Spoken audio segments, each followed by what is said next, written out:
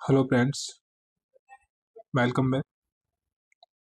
आप सभी का पुनः हमारे इस प्लेटफॉर्म पर स्वागत है। कुछ दिन से क्लास में रेगुलरिटी नहीं हो पा रही है। इसके कुछ निजी रीज़न है। चलिए तो हम आज क्लास स्टार्ट करते हैं। और इससे पहले की जो क्लास है उसमें हमने जो CAG है, जो महान्यायवादी है, जो महाधिवक्ता है, उनसे संबंधित नोट्स देखे थे और इसके साथ ही 13 प्रश्न किए थे। तो आज हम जो लास्ट प्रश्न 13 किया था उसे हम एक बार और देखते हैं और इससे हम आगे कंटिन्यू करेंगे।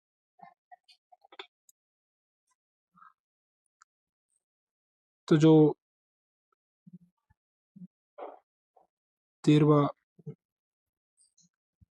प्रश्न है वो कह रहा है कि निम्नलिखित कथनों पर विचार कीजिए। भारत का महान्यायवादी, तो वो दे रहा है कि लोकसभा की कार्यवाही में भाग ले सकता है। तो हमने बताया था आपको कि जो महान्यायवादी है वो लोकसभा की कार्यवाही में भाग ले सकता है, तो सही है। दूसरा कथन दे रहा है कि लोकसभा की किसी समिति का सदस्य हो सकता है, तो यह कथन भी सही है, क्योंकि हमने आपको बताया था कि जो महान्यायवादी है वो लोकसभा की कार्रवाई में भाग लेने के साथ ही अगर किसी समिति में वो सदस्य बनाया जाता है तो वो उस समिति का सदस्य भी हो सकता है। तीसरा जो कथन है वो कह रहा है कि लोकसभा में वो रह सकता है, तो अगर जब वो कार्रवाई में भाग लेता है तो फिर बोल भी सकता है। तो इस तरह तीनों जो कथन है वो सही है। लेकिन जो चौथा कथन कह रहा है कि लोकसभा में मतदान कर सकता है, तो यह कथन स्टेटमेंट गलत है, क्योंकि वो भाग ले सकता है, बोल सकता है, लेकिन मतदान करने का अधिकार उसे नहीं दिया गया। उपयुक्त कथनों में से कौन से सही है? तो ऑप्शन सी 1, 2 और 3।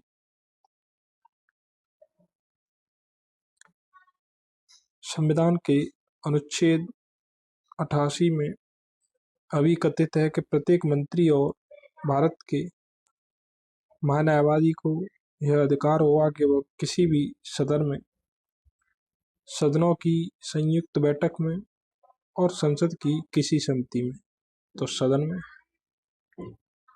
चाहे वो सदनों की जो संयुक्त बैठक होती है 108 के तहत अनुच्छेद है, किसी समिति में, अगर कोई समिति है जैसे लोक लेखा समिति, प्राक्कलन समिति, जिसमें उसका नाम सदस्य के रूप में दिया गया है, बोले और उसकी कार्रवाइयों में अन्यथा भाग ले, किंतु इस अनुच्छेद के आधार पर वो मत देने का अधिकार नहीं है।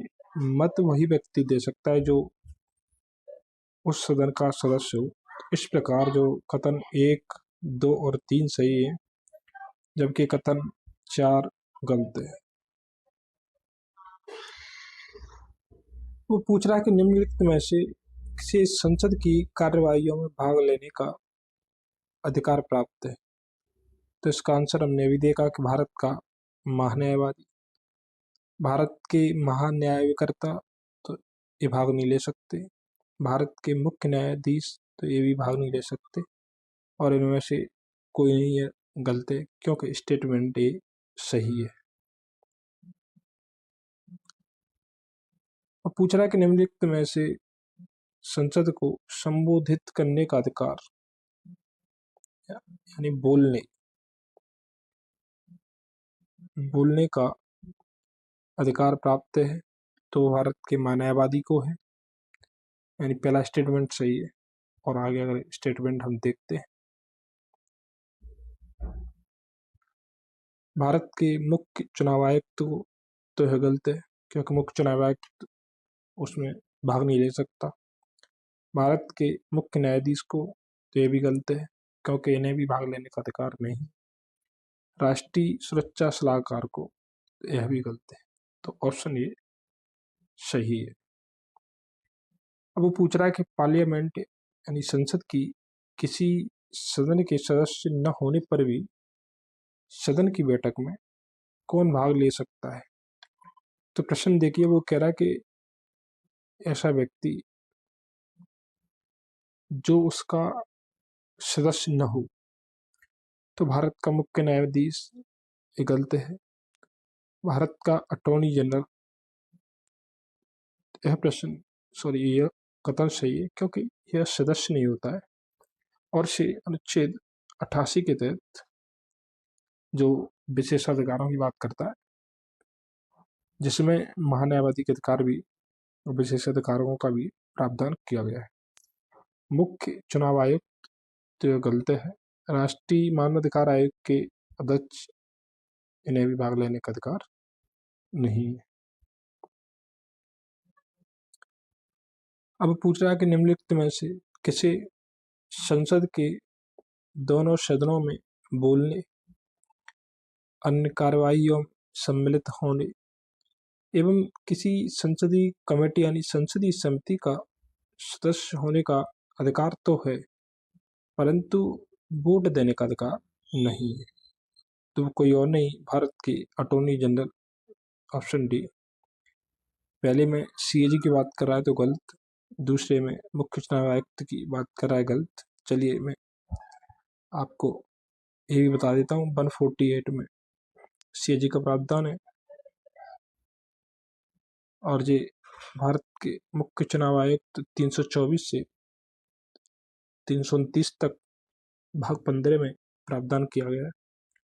भारत के जो वित्त आयोग हैं, उनका उल्लेख अनुच्छेद 280 में। इस तरीके से कंपैरेटिव स्टडी करेंगे तो एक प्रश्न से 4 प्रश्न तैयार होते हैं। अब वो पूछ रहा है कि भारत सरकार का कौन सा अधिकारी सदस्य, ये आपको बहुत जरूर ध्यान रखना है कि सदस्य न होते हुए भी संसद की, भारतीय संसद की कार्रवाई में भाग लेने का अधिकार रखता है। तो अटॉर्नी जनरल, जैसे हम हिंदी में महान्यायवादी कहते हैं। उपराष्ट्रपति, तो उपराष्ट्रपति राज्यसभा का सभापति होता है। सीएजी, उपराष्ट्रपति मैंने पढ़ा दी है, वैसे भी चर्चा है। अनुच्छेद जो 63 है वो भारतीय उपराष्ट्रपति की बात करता है। अनुच्छेद 148 में सीएजी का प्रावधान है। चुनाव आयुक्त 324 से 329 तक है।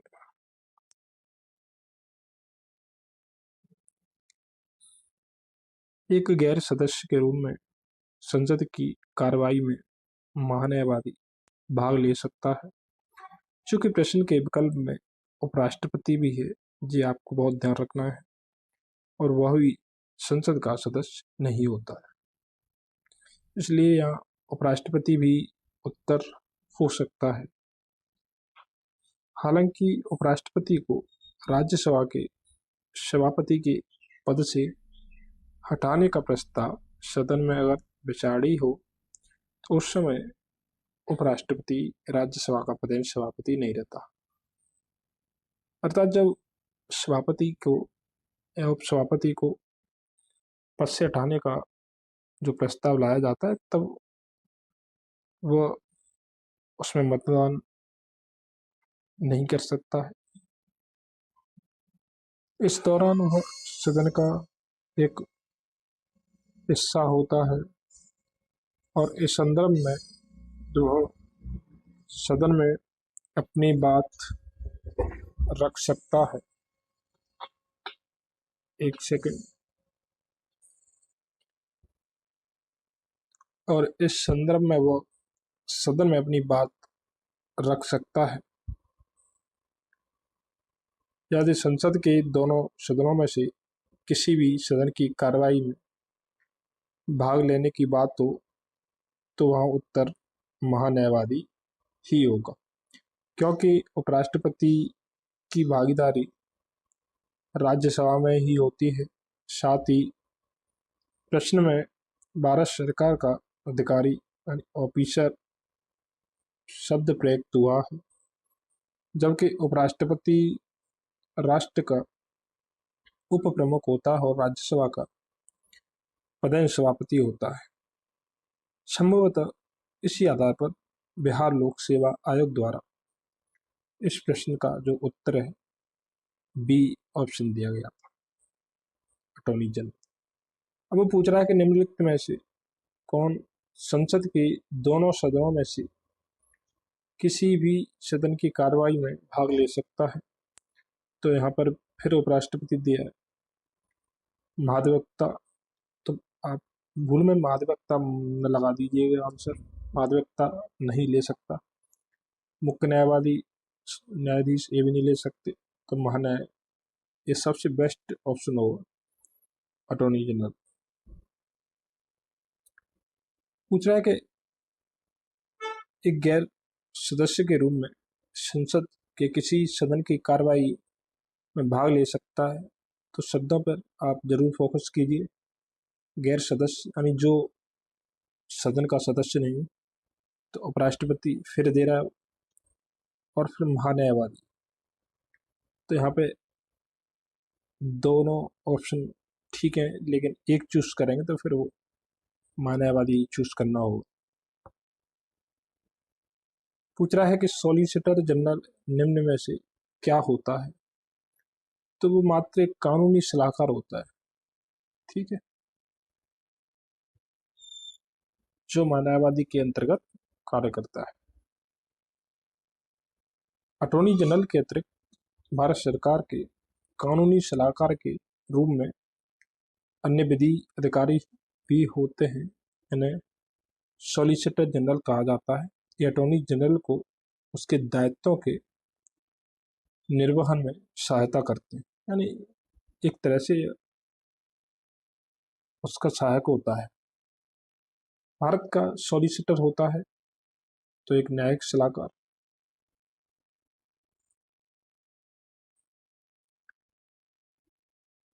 कानूनी विषयों पर राज्य सरकार को कौन परामर्श देता है।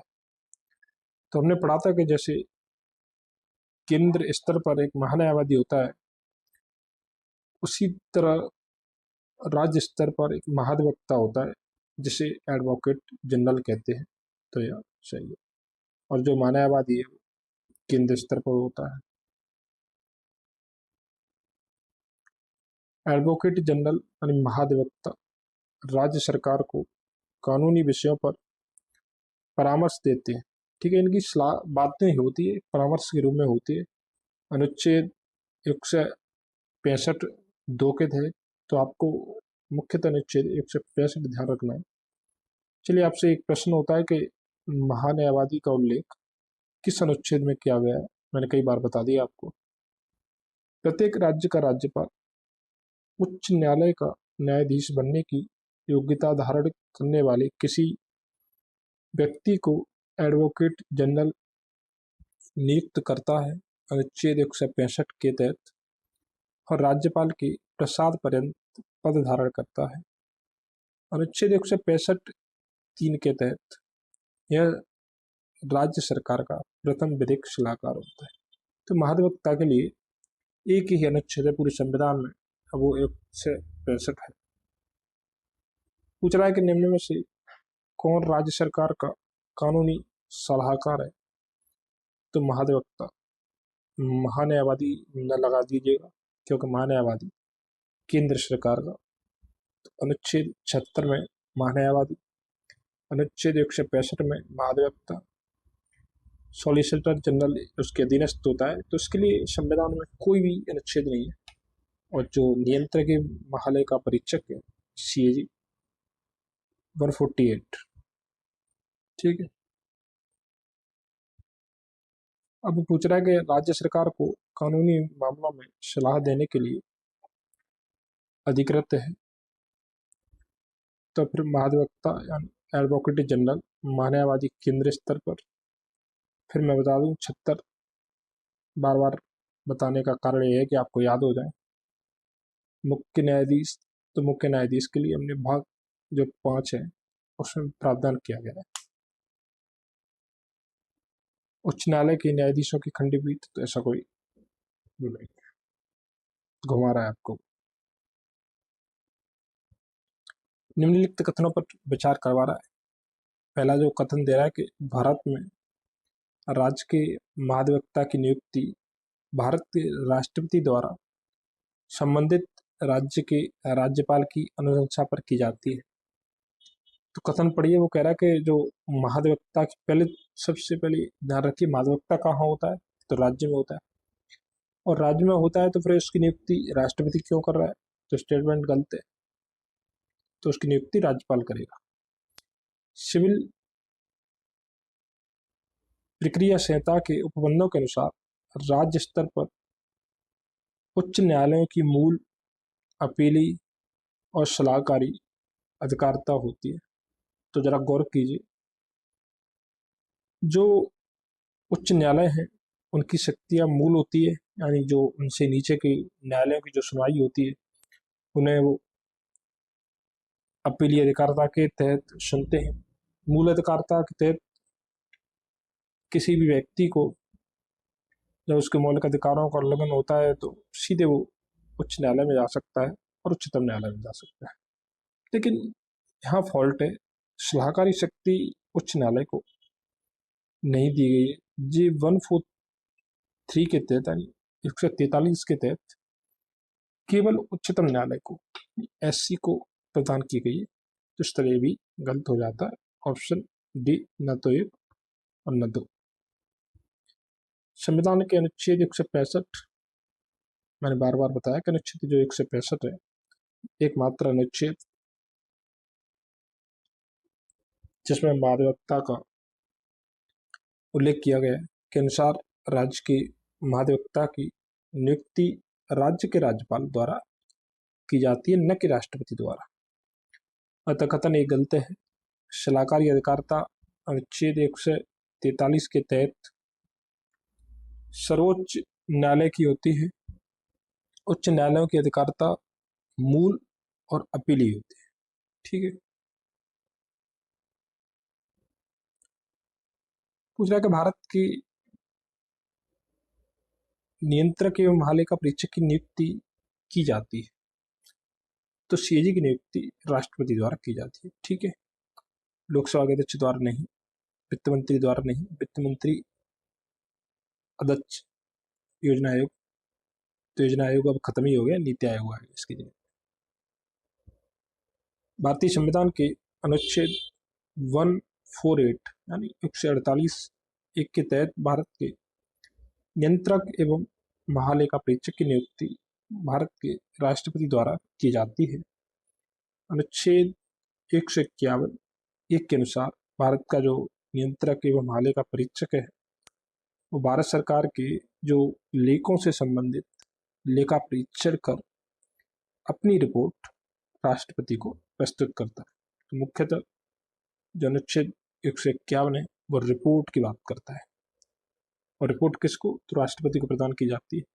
अनुच्छेद 152 2 के अनुसार वह राज्य सरकारों के लेखों का लेखा परीक्षण कर रिपोर्ट को संबंधित राज्य के राज्यपाल को, तो राज्यों से जो संबंधित रिपोर्ट होती है, क्योंकि हमारे यहाँ पे सीएजी राज्य स्तरों पर नहीं है, केवल केंद्र राज्यों के लिए ही सीएजी का प्रावधान है, और केंद्र और राज्यों के जो लेखा है उनकी जो परीक्षण की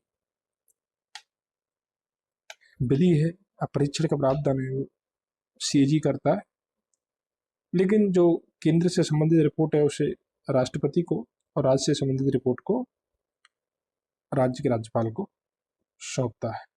अनुच्छेद 151 1 और 151 2 के तहत भारतीय संविधान के इस अनुच्छेद के अंतर्गत भारत के नियंत्रक एवं महालेखा परीक्षक की नियुक्ति होती है। तो अनुच्छेद 148 के तहत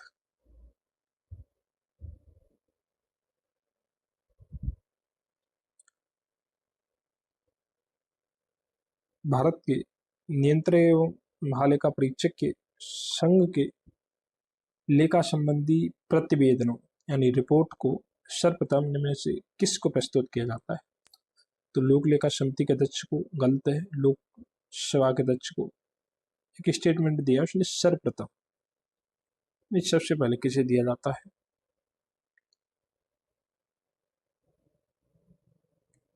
तो सबसे पहले राष्ट्रपति को देता है।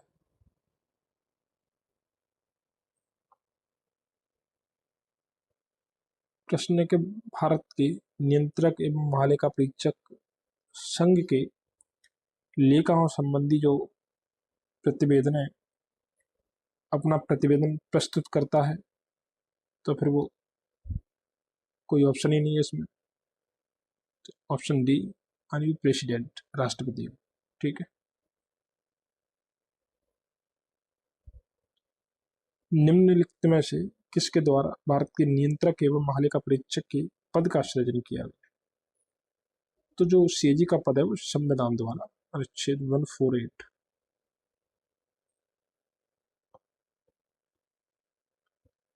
भारत के नियंत्रक एवं महालेखा परीक्षक के पद पर नियुक्ति का कार्यकाल है तो 6 वर्ष या 65 वर्ष, इनमें से जो भी पहले पूरी होगी उस पद तक वो रहेगा। भारतीय संविधान के अनुच्छेद 1483 यानी 148(3) के अनुसार नियंत्रक एवं महालेखा परीक्षक सीएजी के वेतन एवं सेवा शर्तों के निर्धारण का जो अधिकार है वो संसद को दिया गया है।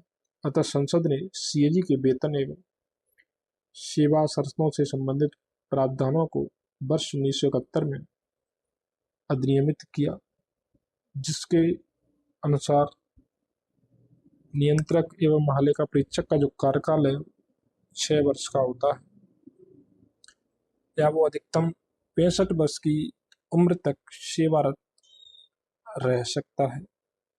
इनमें से जो पहले हो, तो ध्यान रखिए 6/65 जो पहले होती है उनमें से।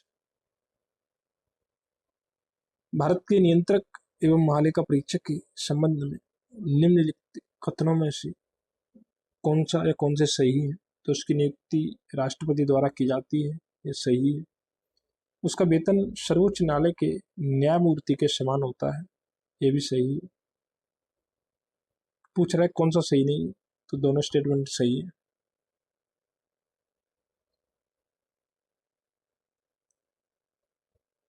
तीसरा की सेवानिवृत्ति के बाद वो अन्य सरकारी सेवा के अयोग्य हो जाता है, ये भी स्टेटमेंट सही है, क्योंकि जब वो इस पद पर रह चुका होता तो फिर अन्य किसी सरकारी पद पर उसे वरेण्य घोषित किया जाता है, उसको राष्ट्रपति पदच्युत कर सकते हैं, ये गलत है, क्योंकि राष्ट्रपति केवल संसद की सिफारिश पर ही उसे पद से हटा सकते हैं। भारतीय संविधान के अनुच्छेद 148 के अनुसार भारत के नियंत्रक एवं महालेखा परीक्षक की नियुक्ति भारत के राष्ट्रपति द्वारा की जाती है। कैग को राष्ट्रपति पदच्युत नहीं कर सकता है, बल्कि उसे केंद्रीय रीति से और उन्हीं आधारों पर हटाया जाएगा जिस रीति से और जिन आधारों पर उच्चतम न्यायालय के न्यायाधीश को हटाया जाता है। संविधान की दूसरी अनुसूची के प्रावधान 12(1) के तहत भारत के नियंत्रक एवं महालेखा परीक्षक को सर्वोच्च न्यायालय के न्यायाधीशों के बराबर वेतन दिया जाता है। अनुच्छेद 1484 के अनुसार सेवानिवृत्ति के पश्चात नियंत्रक एवं महालेखा परीक्षक भारत सरकार या किसी राज्य सरकार के अधीन पद के योग्य हो जाते हैं। तो वो पद धारण करने के बाद किसी भी सरकार के तहत पद प्राप्त नहीं कर सकते। यह जो प्रावधान है वो निष्पक्षता के लिए किया गया है। पूछ रहा है कि भारत के नियंत्रक एवं महालेखा परीक्षक को उसके पद से हटाए जाने की प्रक्रिया निम्नलिखित में से किसके समान है? पहला है लोकसभा अध्यक्ष, ये गलत है। भारत का महान्यायवादी, ये गलत है, क्योंकि इन्हें सीधे राष्ट्रपति के द्वारा हटा दिया जाता है। इनका जो प्रावधान है वो 76 में है। उच्चतम न्यायालय के न्यायाधीश, तो सही है। संघ लोक सेवा आयोग के अध्यक्ष ते भी गलत है, क्योंकि इन्हें भी उच्चतम न्यायालय की सिफारिश पर राष्ट्रपति के द्वारा हटा दिया जाता है। पहला कथन दे रहा है कि नियंत्रक एवं मालिका परीक्षक का जो कर्तव्य है वो न केवल व्यय की वैधता सुनिश्चित करना है तो औचित्य भी। तो जो स्टेटमेंट है वो सही है, क्योंकि वो ये भी देखते हैं कि जो व्यय किया जा रहा है उसको कोई परिणाम निकल रहा है या नहीं। अब ऐसा नहीं है कि व्यय कियाता जा रहा हो और उसका कोई औचित्य नहीं हो, फालतू हो रहा हो, तो उसका कोई सकारात्मक परिणाम आना चाहिए। कारण कि उसे वित्तीय प्रशासन के क्षेत्र में संविधान और संसद के कानूनों को बनाए रखना है, तो राइट सही है। मुख्यतः जो सीएजी है उसका कार्य होता है कि जो सरकार धन का प्रयोग कर रही है उसे उन्हीं कार्यों में प्रयोग करे जिसके लिए धन संचित निधि से निष्कासित किया जाता है, साथ ही उसका परिणाम भी आना चाहिए। तो नियंत्रक एवं मालिका परीक्षक का जो कर्तव्य है वो व्यय की वैधता और औचित्य दोनों ही सुनिश्चित करना है, क्योंकि उसे निर्धारित करना है कि वित्तीय प्रशासन के क्षेत्र में संविधान और संसद के कानूनों का अनुपालन हो रहा है अथवा नहीं। इस प्रकार प्रश्नगत कथन और कारण दोनों सही है तथा कारण कथन की सही समीक्षा या सही व्याख्या है।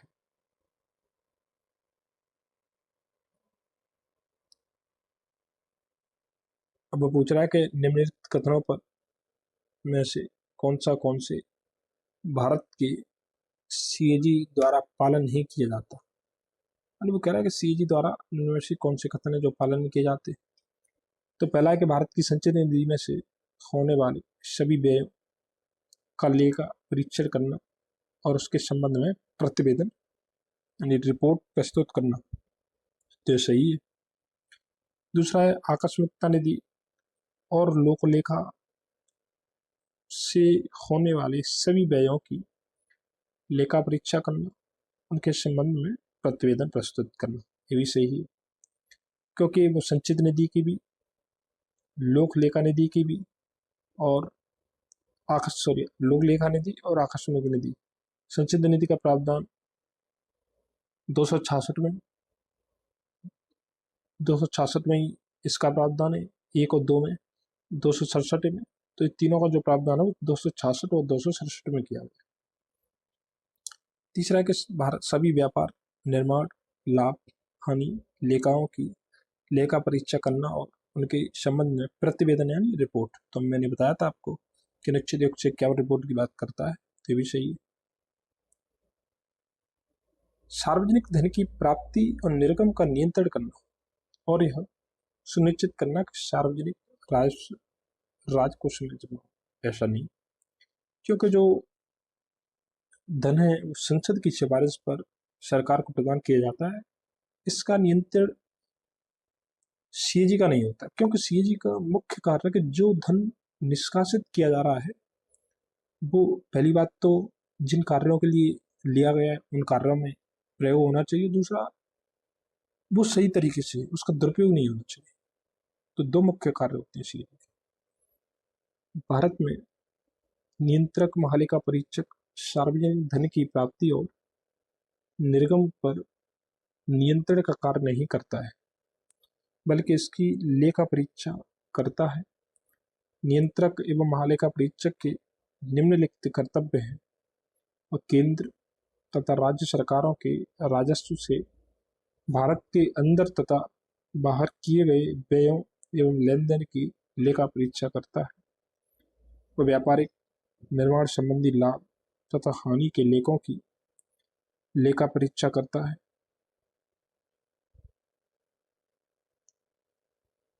वह भंडार गृहों की लेखा परीक्षा करता है। राष्ट्रपति के आदेश पर वह स्थानीय निकायों की लेखा परीक्षा करता है। वह सरकारी कंपनियों एवं निगमों की के लेखा परीक्षण में महत्वपूर्ण भूमिका निभाता है। नियंत्रक एवं महालेखा परीक्षक अपने नाम के अनुरूप भारत के वित्त पर नियंत्रक का कार्य न करके केवल उसकी परीक्षा, ध्यान रखिए, उसका नियंत्रण नहीं होता है, केवल उसकी ऑडिट करता है, नहीं परीक्षा करता है। जबकि ब्रिटेन का जो सीएजी है वो नियंत्रक और लेखा परीक्षक दोनों की भूमिका निभाता है। निम्नलिखित कथनों पर विचार कीजिए।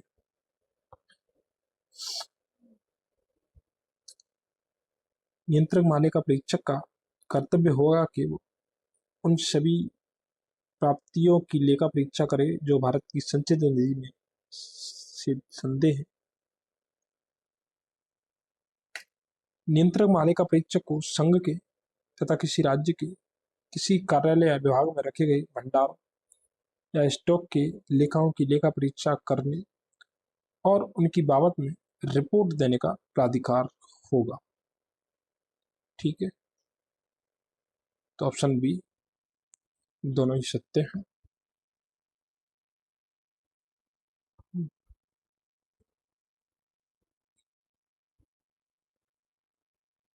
जो बड़े बड़े प्रश्न है आईएएस के हैं, वो छत्तीसगढ़ में पूछता है ऐसे प्रश्न।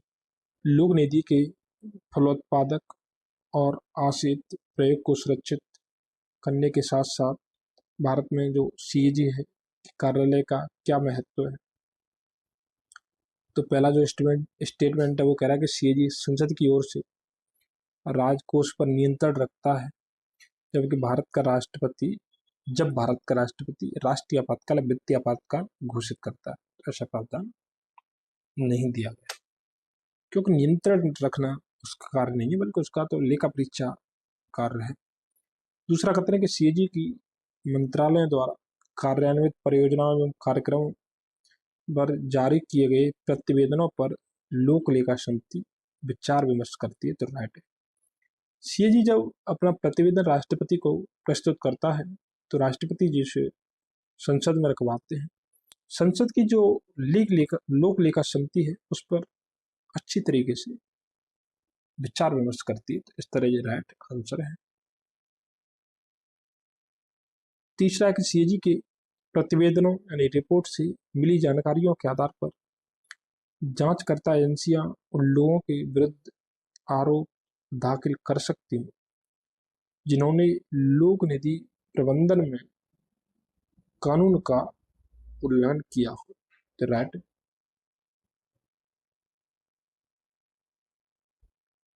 चौथा है कि सीएजी को ऐसी निश्चित न्यायिक शक्ति है, खत्म देखिए क्या कह रहा है, को न्यायिक शक्ति है प्राप्त है कि सरकारी कंपनियों की लेखा परीक्षा और लेखा जांचते समय वो कानून का उल्लंघन करने वालों पर अभियोग लगा सके। तो मुख्यतः अभियोग लगाने का अधिकार सीएजी को नहीं, तो इस प्रकार ये भी गलत। एक ऑप्शन है 2 और 3। अनुच्छेद 148(1) के तहत भारत के नियंत्रक एवं महालेखा परीक्षक के पद का सृजन, तो 148 जरूर ध्यान रखिएगा।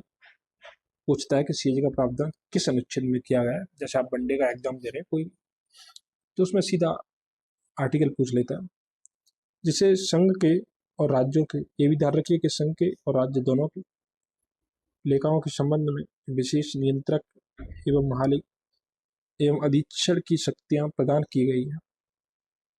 इसके द्वारा प्रस्तुत लेखाओं केंद्रीय मंत्रालयों से संबंधित पर संसद की लोक लेखा समिति में विचार विमर्श होता है।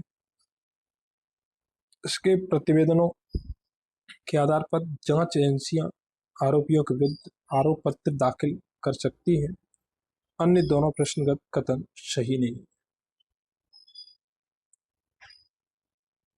प्रश्न है कि नियंत्रक एवं महालेखा परीक्षक की टीका टिप्पणी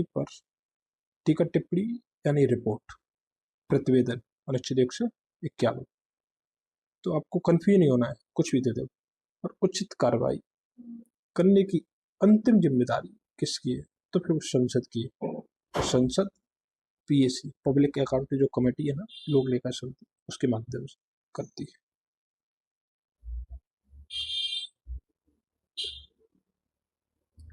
संविधान के अनुच्छेद 151(1) के तहत नियंत्रक एवं महालेखा परीक्षक की रिपोर्ट राष्ट्रपति के द्वारा संसद के दोनों सदनों के समक्ष प्रस्तुत करवाई जाती है।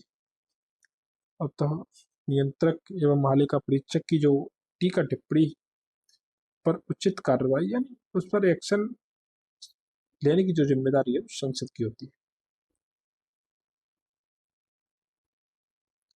निम्नलिखित में से कौन संसद की लोक लेखा समिति की बैठकों में उपस्थित रहता है? तो सबसे पहले समझिए कि लोक लेखा समिति का कार्य क्या है। तो जो सीएजी है वो अपना प्रतिवेदन राष्ट्रपति को देता है, राष्ट्रपति उसे पार्लियामेंट में रखवाता है, पार्लियामेंट उसे लोक लेखा समिति को देती है। तो जब कोई प्रावधान जिस पर विचार कर रही है और स्पष्टता नहीं होती है तो फिर वो सीएजी को उसमें बुला सकती है। तो इस तरह सीएजी ठीक है उपस्थित रहता है। तो भारत का नियंत्रक एवं महालेखा परीक्षक संसद की लोक लेखा समिति की बैठकों में भाग ले सकता है। संविधान के अनुच्छेद 149 में नियंत्रक एवं महालेखा परीक्षक के कर्तव्य और शक्ति। तो आपने कितने अनुच्छेद पढ़ लिए? 148 सीएजी का प्रावधान, 149 में सीएजी की कर्तव्य और शक्तियां, 151 में रिपोर्ट है। ठीक है। संविधान का कौन सा अनुच्छेद भारत के नियंत्रक एवं महालेखा परीक्षक के कर्तव्य ठीक है को निर्धारित करता है? जो एमपीपीएससी का 2019 का प्रश्न है। तो 149 ठीक है। 148 में सीएजी है।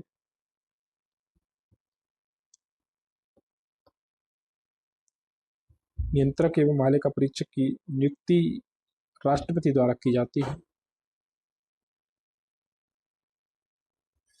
उसे अपने पद से हटाया जाता है तो केवल राष्ट्रपति नहीं हटा सकता। संसद के दोनों सदनों के संबोधन पर तो दोनों ऑप्शन सही होनी चाहिए। सर्वोच्च न्यायालय द्वारा गलत है।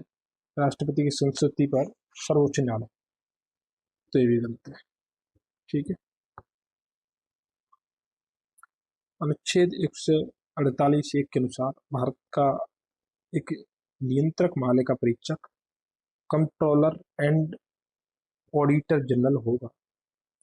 जैसे राष्ट्रपति अपने हस्ताक्षर और मुद्रा सहित अधिपत्र द्वारा नियुक्त करेगा और उसे उसके पद से केवल उसी रीति से और उन्हीं आधारों पर हटाया जाएगा जिस रीति से और जिन आधारों पर उच्चतम न्यायालय के न्यायाधीश को हटाया जाता है। अनुच्छेद 124 4 के अंतर्गत उच्चतम न्यायालय के न्यायाधीशों को साबित कदाचार तो उठाने की जो आधार है साबित कदाचार या असमर्थता। तो आपसे अब एक प्रश्न पूछ लेता हूं कि वर्तमान में किस न्यायाधीश के विरुद्ध महाभियोग का प्रस्ताव लाया गया है? वर्मा है, लेकिन उनका पूरा नाम बताइए। के आधार पर ऐसे हटाए कमेंट करके बताइए।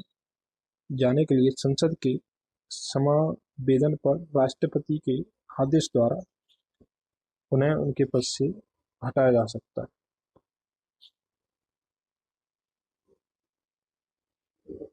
एक सेकंड। उच्च न्यायालय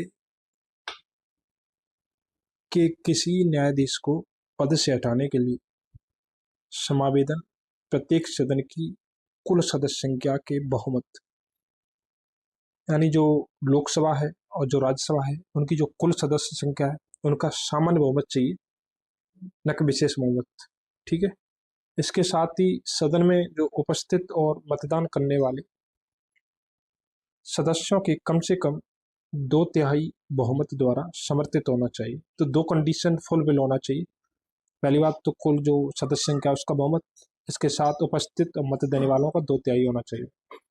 ऐसा जो प्रतिवेदन या समावेदन है वो संसद के एक ही सत्र में, ध्यान रखिए, एक ही सत्र में लाया जाएगा, प्रस्तावित और स्वीकृत होना चाहिए और राष्ट्रपति के समक्ष उसी सत्र में रखा जाना चाहिए।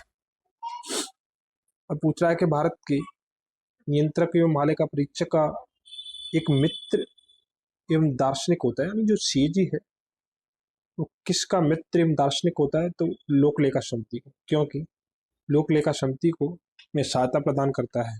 ठीक है, लोक लेखा समिति की कार्यवाही की मध्यस्थता नियंत्रक एवं महालेखा परीक्षक सीएजी करते हैं।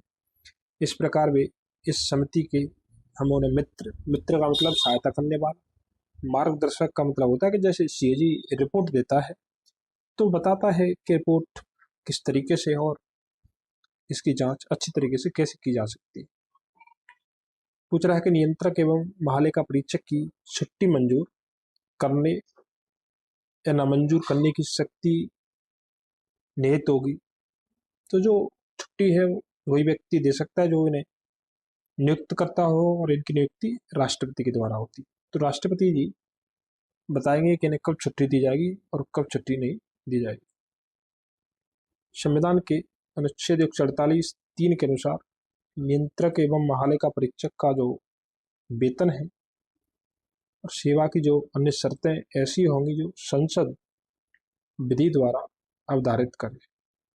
तदनुसार संसद द्वारा बनाए गए नियंत्रक एवं महालेखा परीक्षक कर्तव्य, शक्तियां और सेवा की शर्तें संशोधन अधिनियम 1971 जो हमने कब 1976 में संशोधित किया था की धारा 5 का जो खंड 2 है उसके तहत नियंत्रक एवं महालेखा परीक्षक को ऐसे नियम के अनुसार छुट्टी मंजूर की जा सकती है जो भारतीय प्रशासनिक सेवा के किसी सदस्य को तत्समय लागू है। साथ ही इस धारा के खंड 3 के अंतर्गत नियंत्रक एवं महालेखा परीक्षक की छुट्टी मंजूर करने या न मंजूर करने की या मंजूर की जो भी है उसकी शक्ति राष्ट्रपति में निहित होगी। नहीं, राष्ट्रपति छुट्टी जैसे वगैरह जो प्रावधान है वो निर्धारित करता है। किस वर्ष, ये प्रश्न बहुत इंपॉर्टेंट है, कि जो अकाउंटिंग है वो ऑडिटिंग लेखा परीक्षा से अलग किया गया तथा नियंत्रक एवं महालेखा परीक्षक का कार्य केवल सरकारी लेखा तक सीमित रह गया। तो 1976 में हमने संशोधन किया था। और जो अकाउंटिंग है हमने, अगर आपने देखा हो तो यूपीएससी में ईपीएफओ की जगह निकलती है, उसमें भी अकाउंटिंग जैसे, तो अलग हम भर्तियों के माध्यम से अकाउंटिंग के लिए पदों को भरते हैं।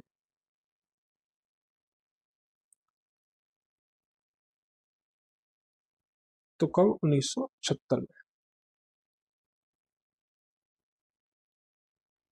सीएजी कर्तव्य, शक्तियां और सेवा शर्तें अधिनियम 1971 में हमने वर्ष 1976 में संशोधन कर केंद्र सरकार के स्तर पर अकाउंटिंग को ऑडिटिंग से पृथक किया गया तथा सीएजी का जो कार्य है केवल केंद्र सरकार के लेखा परीक्षक यानी ऑडिटिंग तक ही सीमित रह गया।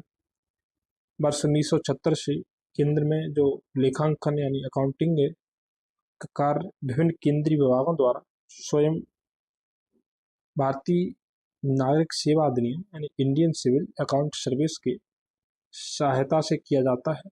हालांकि भारत का नियंत्रक एवं महालेखा परीक्षक भी अभी राज्यों, तो ये बहुत इंपॉर्टेंट पॉइंट है, राज्यों में इसे अभी दोनों दायित्व दिए गए हैं, अकाउंटिंग और ऑडिटिंग, बट केंद्र स्तर पर इसे अकाउंटिंग से मुक्त कर दिया गया है। ठीक है, गुजरात के 1971 का संशोधन महालेखा नियंत्रक के कर्तव्य, शक्तियां और सेवा स्थिति अधिनियम लेखांकन और लेखा परीक्षण को पृथक करता है। सीएजी को लेखों की तैयारी के उत्तरदायित्व से मुक्ति देता है। यह संशोधन 1976 में। चलिए आपसे एक प्रश्न है, 149 में क्या है? अनुच्छेद जो 149 उसमें किसका प्रावधान है? राज्यों के वित्तीय लेखों का परीक्षण करता है, तो उपरोक्त में से कोई नहीं, क्योंकि उसका भी सीएजी, दोनों अकाउंटिंग और ऑडिटिंग। केंद्र के साथ साथ राज्यों के वित्तीय लेखों की समीक्षा का जो कार्य भी भारत के नियंत्रक एवं महालेखा परीक्षक द्वारा ही किया जाता है। लोक निधि का जो अभिभावक मतलब है संरक्षक।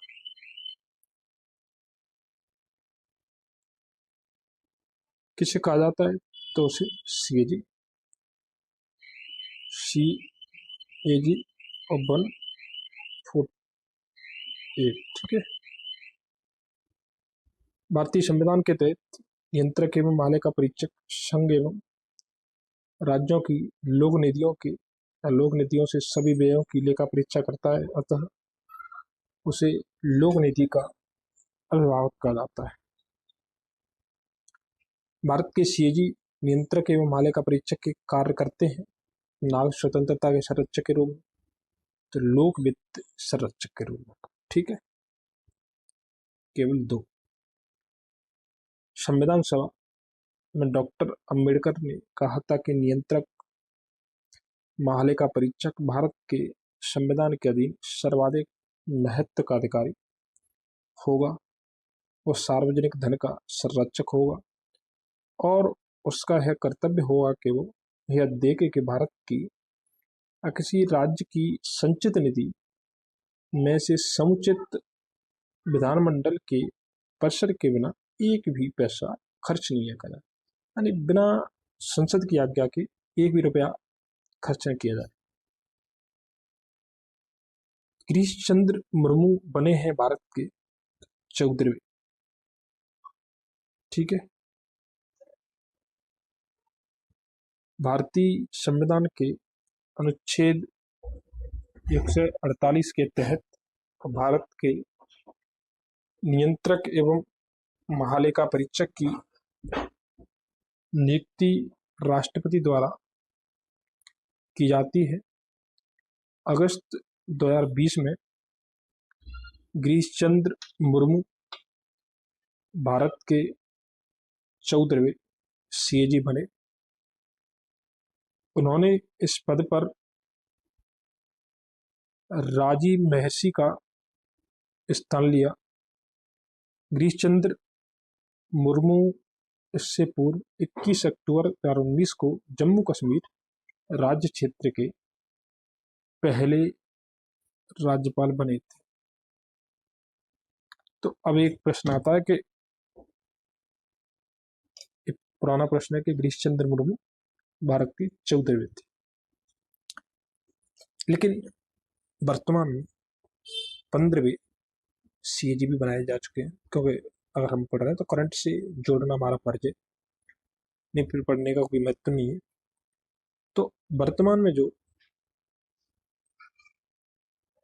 संजय मूर्ति भारत के 15वें सीएजी है, बहुत इंपोर्टेंट पॉइंट है, ध्यान कीजिए, पूछ सकता है। वर्तमान में जो संजय मूर्ति भारत के 15वें सीएजी, ठीक है। तो जेपरेट हो गया पॉइंट, ठीक है। अब वो अधिकारी पूछ रहा है, दूसरी तरफ संस्थान दे रहा है। तो भारत के उपराष्ट्रपति का संबंध राज्यसभा से है।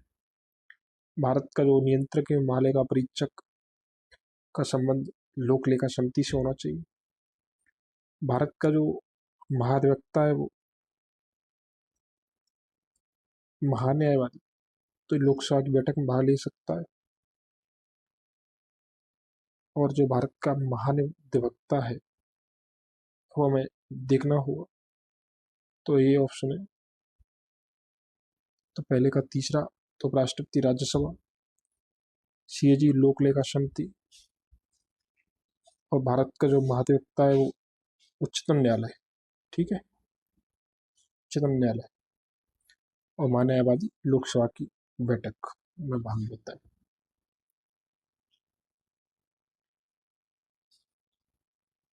इस तरीके से तो भारत का जो उपराष्ट्रपति का संबंध राज्यसभा से है, सीएजी का संबंध लोक लेखा समिति से है, महाधिवक्ता एवं महान्यायवादी का संबंध उच्चतम न्यायालय से, महान्यायवादी लोकसभा की बैठक में भाग लेता है। प्रश्न में भारत का माध्यमिकता उल्लिखित है जो कि गलत है।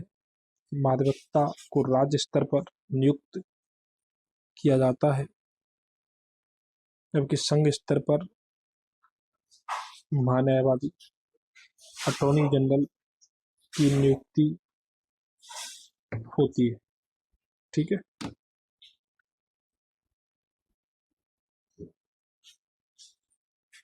अगला जो प्रश्न है कि निम्नलिखित में से कौन सा विकल्प गलत है। तो लोक वित्त सरकार के वित्तीय क्रियाकलापों का अध्ययन है, इसके अंतर्गत आते हैं व्यावसायिक बैंकों के कार्य निष्पादन,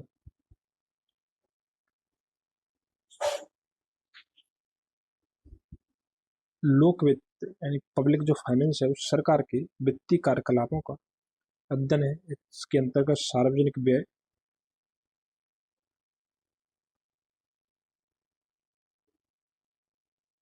लोक राजस्व, सार्वजनिक ऋण, वित्तीय प्रशासन आदि आते हैं। लोक वित्त का संबंध व्यवसायिक बैंकों के कार्य निष्पादन से नहीं है। तो यहाँ पे जो प्रश्न है वो गलत है, क्योंकि नहीं आते हैं, ये होना चाहिए। तो ये लास्ट नहीं होगा। सार्वजनिक खर्च का परीक्षण, सार्वजनिक राजस्व, वित्तीय प्रशासन संबंधित आते हैं। ठीक है। अब हमारा जो टॉपिक है वो यहीं पे समाप्त होता है। एक छोटा सा टॉपिक है, कई बार इनसे प्रश्न देखने को मिलते हैं, लेकिन अपवाद है कभी कभी। और ये टॉपिक है वरीयता अनुक्रम। इसमें ये दिया गया है कि सबसे पहले हम किसको रखते हैं, उसके बाद किसको, उसके बाद किसको। तो कभी कभी हमें इससे प्रश्न देखने को मिलते हैं, तो छोटा सा है और चार पाँच पाँच छः क्वेश्चन दिए गए, तो हम इसे इसी के साथ देख लेते हैं। वरीयता अनुक्रम केंद्र एवं राज्य सरकारों में विभिन्न पदाधिकारियों के पद क्रम से संबंधित है। इसका प्रयोग राजनीतिक समारोह के अवसर पर किया जाता है। जब 15 अगस्त और 26 जनवरी का में जब जो हमारे अधिकारीगण बैठे होते हैं, तो वहाँ पे इस क्रम को हम देख सकते हैं। जैसे पहले राष्ट्रपति, फिर उपराष्ट्रपति, जैसे क्रम निर्धारित होता है। सरकार के दैनिक कार्य में इसका कोई प्रयोग नहीं होता है। 26 जुलाई 1979 को इससे संबंधित अधिसूचना जारी की गई। एक प्रश्न ये हो सकता है, इसकी अधिसूचना कब, तो 26 जुलाई 1979 को। वर्तमान में शीर्ष पदों का जो वरीयता क्रम है वो इस प्रकार है। तो सबसे पहले हम राष्ट्रपति जी को रखते हैं पहले क्रम पे, दूसरे पे उपराष्ट्रपति जी को रखते हैं, तीसरे पे प्रधानमंत्री को। तो ये आपको अच्छी तरीके से याद होगा, इसमें कोई डाउट नहीं। पहले राष्ट्रपति, दूसरे पे उपराष्ट्रपति और तीसरे पे प्रधानमंत्री। चौथे में जो राज्यों के जो राज्यपाल होते हैं राज्यों में उन्हें रखते हैं। पांचवे में जो भूतपूर्व राष्ट्रपति यानी जो पहले राष्ट्रपति बन चुके हैं उन्हें रखते हैं। 5 कम में उप प्रधानमंत्री। भारत में उप प्रधानमंत्री का पद नहीं है, लेकिन राजनीतिक गतिशीलता का माध्यम है। 6वें पे भारत के मुख्य न्यायाधीश और लोकसभा अध्यक्ष। तो ये बहुत इंपॉर्टेंट है, यहाँ पे जरूर देखिए कि जो 6वें पे हम 2 व्यक्तियों को रखते हैं, एक तो भारत के जो CGI और दूसरे लोकसभा अध्यक्ष। 7वें पे हम कैबिनेट मंत्री जो केंद्र में, राज्यसभा एवं लोकसभा में विपक्ष के नेता।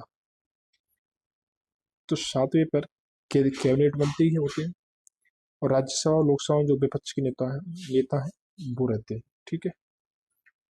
और नीति आयोग के जो उपाध्यक्ष हैं उन्हें भी हम 7वें क्रम पर रखते हैं, और भूतपूर्व जो प्रधानमंत्री हैं। इसके साथ ही राज्यों के मुख्यमंत्री अपने राज्य में ये भी 7वें क्रम पर रखे जाते हैं। 7A में भारत रत्न से सम्मानित जो व्यक्ति हैं उन्हें 7A में रखते हैं। 8वें में भारत में जो स्थित विदेशों के असाधारण तथा कूटाधिकारी जो राजदूत अथवा राष्ट्रमंडल देशों के जो उच्चायुक्त हैं उन्हें रखते हैं। साथ ही राज्यों के राज्यपाल अपने राज्य के बाहर और राज्यों की मुख्यमंत्री अपने राज्यों के बाहर। ठीक है। नवी क्रम पे हम सर्वोच्च न्यायालय की न्यायाधीश, तो सर्वोच्च न्यायालय के जो अन्य न्यायाधीश हैं उन्हें 90 स्थान पर रखते हैं। और 9A में संघ लोक सेवा आयोग के अध्यक्ष को रखते हैं, नियंत्रक एवं महालेखा परीक्षक और मुख्य निर्वाचन आयुक्त। ठीक है। 10वें पे हम राज्यसभा के उपसभापति को रखते हैं। अच्छा, ध्यान रखिए कि जो सभापति है वो हम दूसरे पे रखते हैं, क्योंकि जो सभापति है उपराष्ट्रपति होते हैं तो वो दूसरे पे ही हो जाते हैं, लेकिन 10वें नंबर पे हम राज्यसभा के उपसभापति को रखते हैं। लोकसभा का जो उपाध्यक्ष है, नीति आयोग के जो सदस्य हैं और राज्यों के जो उप मुख्यमंत्री और केंद्र के जो राज्य मंत्री और रक्षा मंत्रालय के जो कोई अन्य मंत्री हैं उन्हें हम 10वें नंबर पर रखते हैं। 11वें स्थान पर भारत का जो महान्यायवादी हमने अभी देखे थे, अनुच्छेद 76, कैबिनेट सचिव और उपराज्यपाल अपने संघ शासित क्षेत्रों में। और 12वीं में जनरल अथवा उनके समान रैंक वाली जो सेनाध्यक्ष हैं उन्हें हम रखते हैं। तो इस तरीके से जो वरीयता क्रम है, मुख्यतः इसे हम दिल्ली के कार्यों में नहीं देख सकते, यह विशेष अवसरों पर हमें देखने को मिलते हैं। अब इससे हम संबंधित जो प्रश्न है वो देखते हैं। निम्नलिखित अधिकारियों पर विचार कीजिए, अग्रता क्रम में इनका सही क्रम क्या है? तो इसका जो आंसर है वो सी है। अब हम देखते हैं, क्योंकि जो भारत के मुख्य न्यायाधीश हैं वो इन सबसे पहले आएंगे। उनके बाद जो संघीय मंत्रिमंडल के सदस्य हैं उनको रखते हैं हम, मुख्य निर्वाचन आयुक्त को और मंत्रिमंडलीय सचिव को। ठीक है।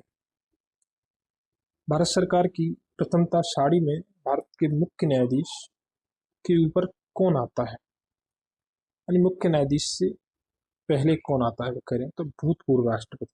ठीक है। तो भारत के मुख्य न्यायाधीश से ऊपर वरीयता क्रम हम इस प्रकार देख सकते हैं। पहले में राष्ट्रपति, दूसरे में उपराष्ट्रपति, तीसरे में प्रधानमंत्री, चौथे में राज्यों के राज्यपाल अपने राज्य में है, और 5वें में हमने देखा था कि भूतपूर्व राष्ट्रपति, 5 कम में उप प्रधानमंत्री। भारत का जो मुख्य न्यायाधीश और लोकसभा अध्यक्ष हमने देखा था कि 6वें स्थान पर आते हैं दोनों। ठीक है।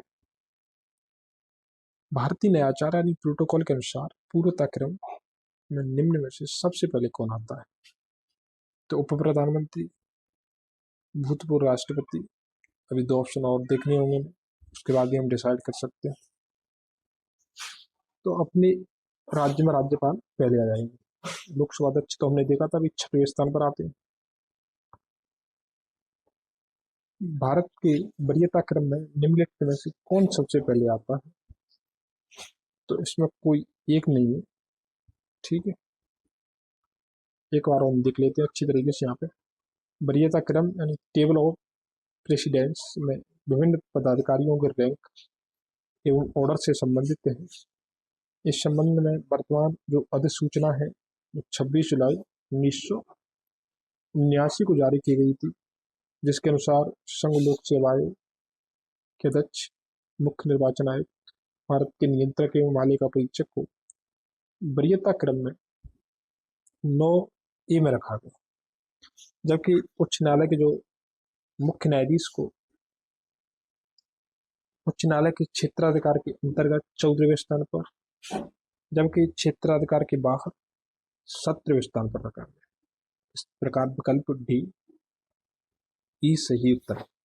भारत सरकार में सबसे ऊंचे पद का सिविलियन अधिकारी कौन होता है? तो वो मंत्रिमंडलीय सचिव या कैबिनेट सचिव होता है, जो एक IAS अधिकारी होता है। भारत सरकार में सबसे ऊंचे पद का सिविलियन अधिकारी मंत्रिमंडल सचिव होता है। वो मंत्रिमंडलीय सचिवालय का प्रमुख है। वो देश का वरिष्ठतम लोक सेवक। भारत सरकार में सर्वोच्च शासकीय अधिकारी कौन है? तो अभी हमने देखा था भारत के मंत्रिमंडलीय सचिव, जैसे हम कैबिनेट सचिव भी कहते हैं। तो इस तरीके से हमारा ये चैप्टर यहाँ पर समाप्त होता है। अब हमारा जो अगला चैप्टर है वो है लोकसभा। लोकसभा में बहुत बड़ा चैप्टर है। अभी से हम जैसे नोट्स देखेंगे पहले, और इससे संबंधित बहुत पीवाईक्यू दिए गए हैं, उन्हें देखेंगे। तो मित्रों, आज की क्लास को हम यहीं होल्ड करते हैं। अगर आपको क्लास अच्छी लगती है तो आप इसे अपने दोस्तों को शेयर कर सकते हैं। एक चीज मैं कहना चाहूँगा कि आप ज़्यादा प्रश्नों के पीछे मत भागिए। अगर आपका कॉन्सेप्ट सही है तो फिर आप क्वेश्चन बना ले जाओ। इसलिए क्वेश्चन उतने ही सही है। बस उससे होता क्या है कि जैसे मान के चलिए जो लोकसभा है जिससे हम पढ़ेंगे, तो पहले तो अच्छी तरीके से हमें उसका नोट्स पता होना चाहिए। उसके बाद इतने प्रश्न होने चाहिए कम से कम कि जो लोकसभा का हमने पूरा एक सिस्टम है उसे कवर कर सकें। फिर आपका कोई भी प्रश्न आ जाए आप उत्तर आराम से निकाल लो। तो लिमिट में भी सही। और मैं आपको यहाँ पे करंट से अपडेट कराता जा रहा हूँ। बाद में आप इसे जब भी पढ़ो तो अपडेट करते रहिए। उसके बाद इसमें फिर कुछ होता नहीं है। जैसे हमने अभी देखा था कि CAG है तो हमने देख ही लिया अभी। अब जैसे ही आगे आप कभी देना चाह रहे हैं तो वैसे तो अभी 3-4 साल तक यही रहेंगे, तो कोई दिक्कत ही नहीं है। लेकिन जब भी देना चाह रहे हैं तो आप करंट से अपडेट कर लीजिए। ठीक है, तो धन्यवाद दोस्तों। Thank you.